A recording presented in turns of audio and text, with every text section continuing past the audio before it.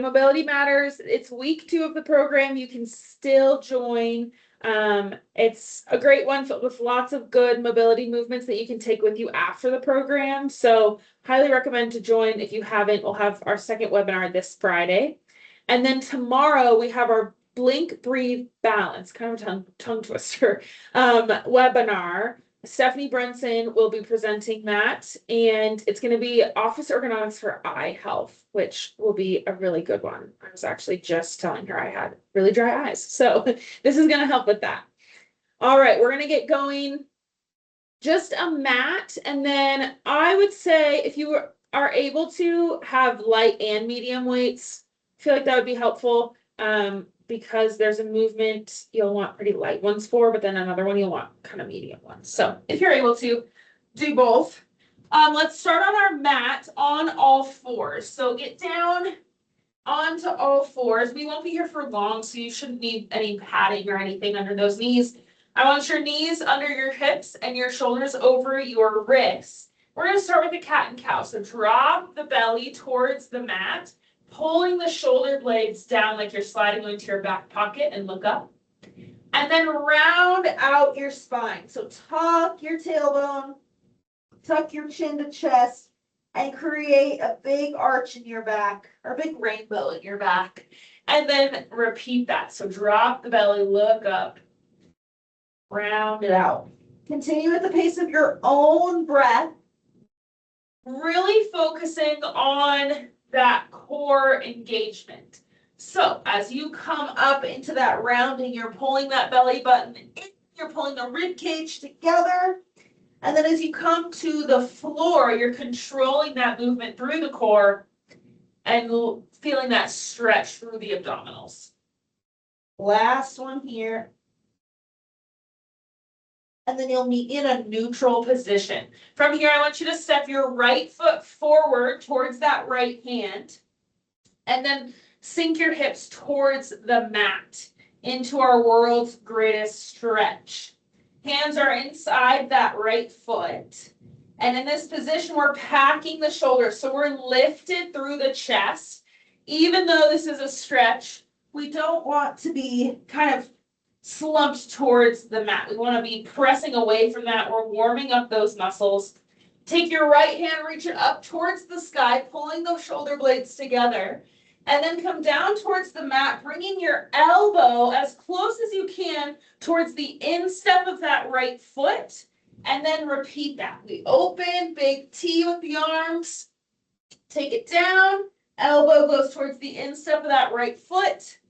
One more. Reach down and come back center. Step the right foot back and take the left foot forward. Same thing on this side. We're shifting the hips towards the floor. Hold here for just a couple breaths. Kind of releasing through the hips. This can be a pretty intense stretch. And then you'll take that left arm, reach it up towards the sky, and then the elbow comes down to the inside of that left foot. And you'll repeat that, pulling the shoulder blades together as you go up, pulling them apart as you come down. One more. And then you'll come back centered. Left leg will go behind and go ahead and walk it up to a standing position.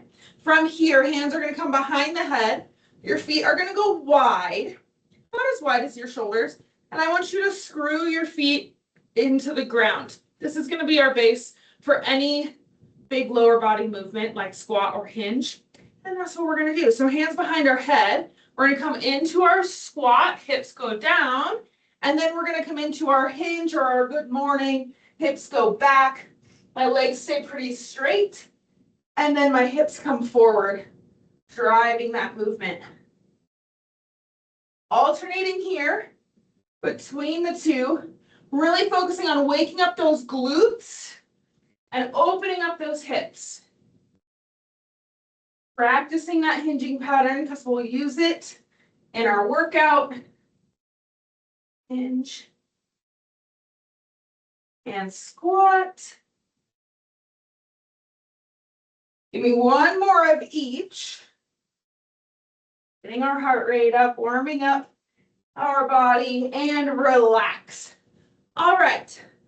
We have 3 exercises today. They're similar to last week. We have one different exercise, but then we'll go into the same 2 exercises we did last week, and you get to progress quicker if you remember them from last week and you feel confident in them. So this first exercise is the one where lighter weights might be better. We're going to do a front raise. So last week we did our lateral raise. This week we're doing our front raise. A lot of times these are paired together. We alternate front and lateral, but front comes with a couple just different compensations that we see. So we're starting with our weights right in front of us. I'm using 5-pound weights. It's not super beneficial to go super heavy in this movement, unless if you're doing bodybuilding, that's a whole other thing. That's different. But for the majority of us, we want to do this to be functional, right? We want to be able to lift things wherever we need to without damaging our joints. So I want you to start with those weights right in front of your legs. Our biggest thing is going to be our base of support. So we have our feet screwed into the ground and a slight bend in those knees, just so we're not locked out, because that locks up your spine. So soft bend.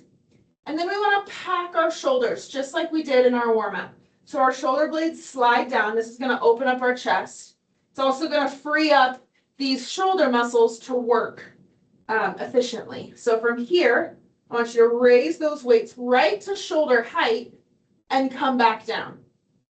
When we lift, especially out in front of us, that's going to pull our spine that way. We're going to want to counterbalance by sending our booty back and our chest forward. I want you to try your best to keep that belly button pulled into your spine and your spine nice and neutral as you lift and lower.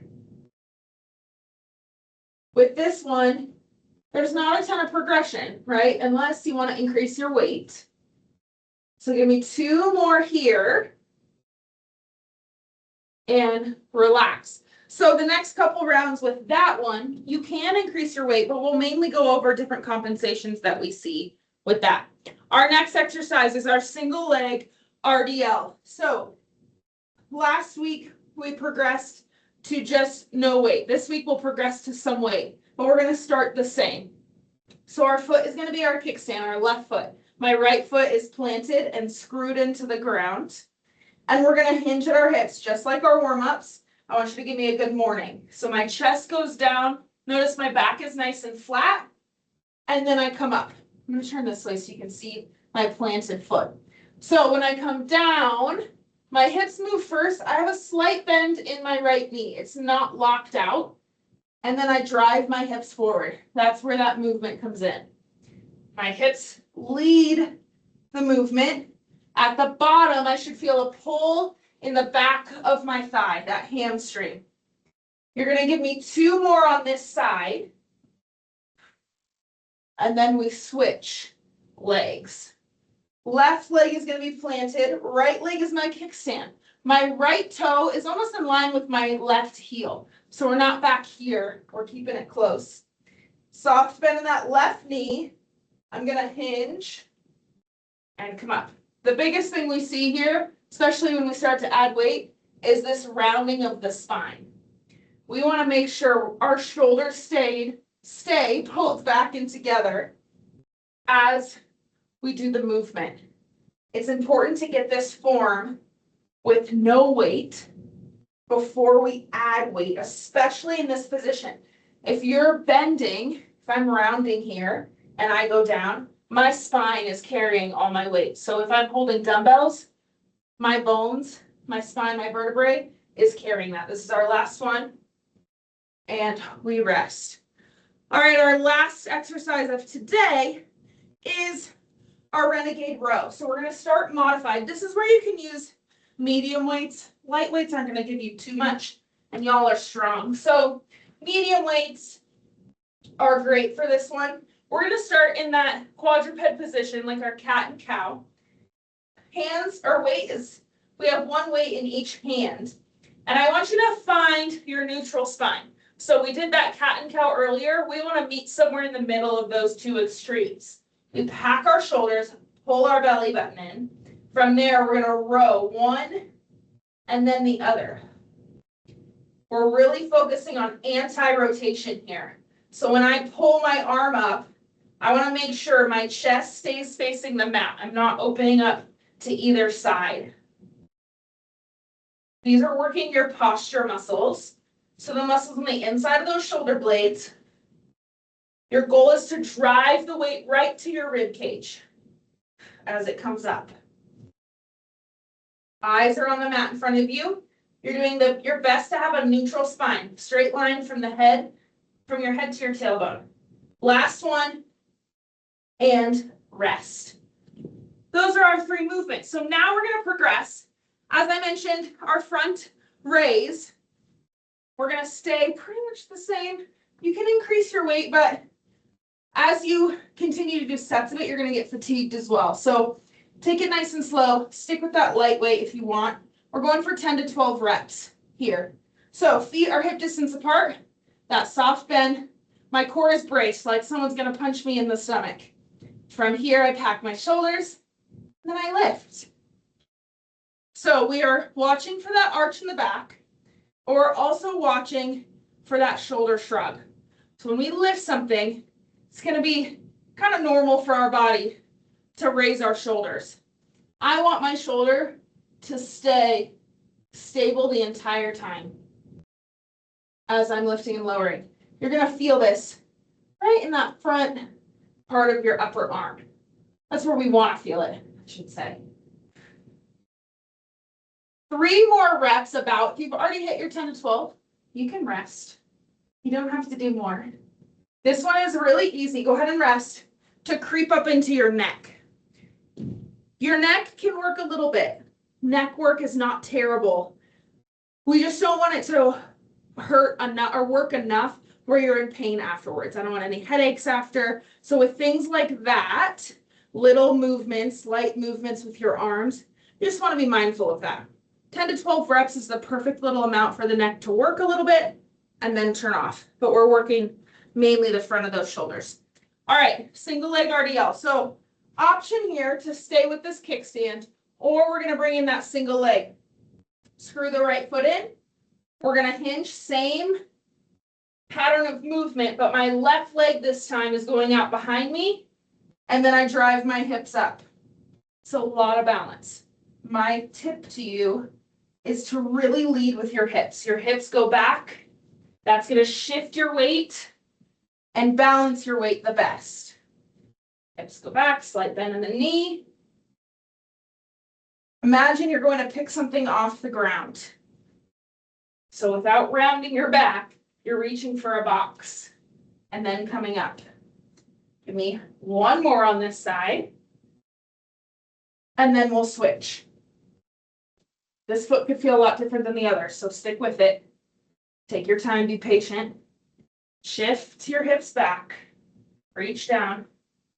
If this movement comes easy to you, I want you to check in with your hips. Make sure that your right hip, that leg that's going back, is facing the mat, not rotating open. Ideally, that other leg is nice and straight. That leg that's going back, but no need to focus on that if the balance is enough today. This is your last one, and then you'll rest. All right, moving into that renegade row. Our next progression here is going to be in a modified plank. So we're on our knees in that modified push-up position, but we want to find that neutral spine regardless. So straight line from the head to the tailbone, pack our shoulders, and then we row from here. Left arm, right arm. If it's helpful, you can widen your stance in those knees a little bit. It's going to help the stability. There's nothing wrong with that. I would rather you widen your stance than find rotation in your torso. Driving that arm back, Shoulders packed, eyes on the mat in front of you. So we don't want to crank our neck up. Remember, it's all about trying to target the right muscles. 2 more. 1 each side. And then recover. All right, last round. We're almost there. So coming back to that front press or front raise, lighter weights, feet are hip distance apart, pack those shoulders, pull that belly button in. This may feel easy, but it's our 3rd round, so we're fatigued because we've already worked our shoulders elsewhere. So be mindful of those things. We want a soft bend in those elbows as we lift. If we lock out that elbow, our muscles can't work like they're supposed to. Shoulders stay down out of those ears. 10 to 12 reps. Should be about halfway.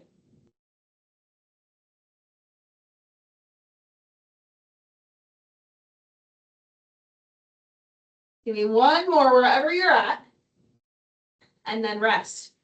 All right, that single leg already up. Option to stay with that kickstand, to stay with no weight, or to add weight. With this weight, we want to keep it as close as we can to our body. The further away we go, the harder it pulls on our low back, the harder it is for our muscles to do the work.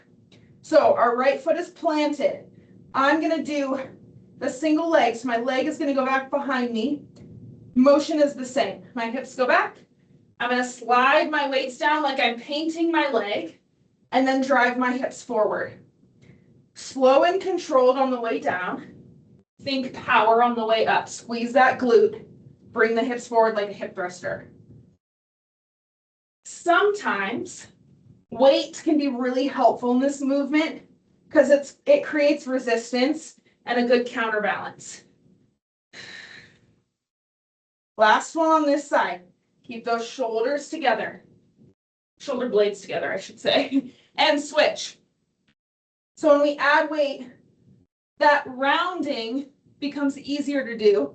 So we want to really pull those shoulder blades together. Hinging. Drive those hips forward. Keep those weights close. Almost like they could even touch your leg all the way down.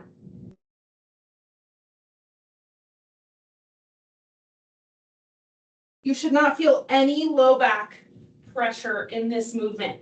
So if you feel that, I want you to go down in weight, or if you're not using weight and you feel it, I want you to reach out to me after, and we can figure that out. Last one. Good work. All right, taking it down to our mat for our renegade rows. So you have both the options before, on all fours, modified plank, or full plank. Our weights are going to be underneath our shoulders. Our stance on our toes is going to be wide, almost as wide as our mat. But my hips are still in line with those shoulders. So we don't want them up here, and we don't want them down here. We want them in that neutral spine. From here, we row. Same movement, same rules apply. I want to prevent that rotation from happening in the torso, which is why I have that wide stance. Drive those elbows up. Keep the shoulders out of your ears. 10 to 12 reps. That's 5 or 6 each side. Give me 1 more each side. And then recover. Whew. Good work. Wow, we finished right on time for once. To the minute. I was worried about that. Great job today. Feel free to stay on your mat, cool off a little. Like I said, if you feel any weird things in any of those movements, reach out to me and we can figure it out. We want you to feel good when you move, so we'd love to help. Thanks for joining me. We'll see you back here next week.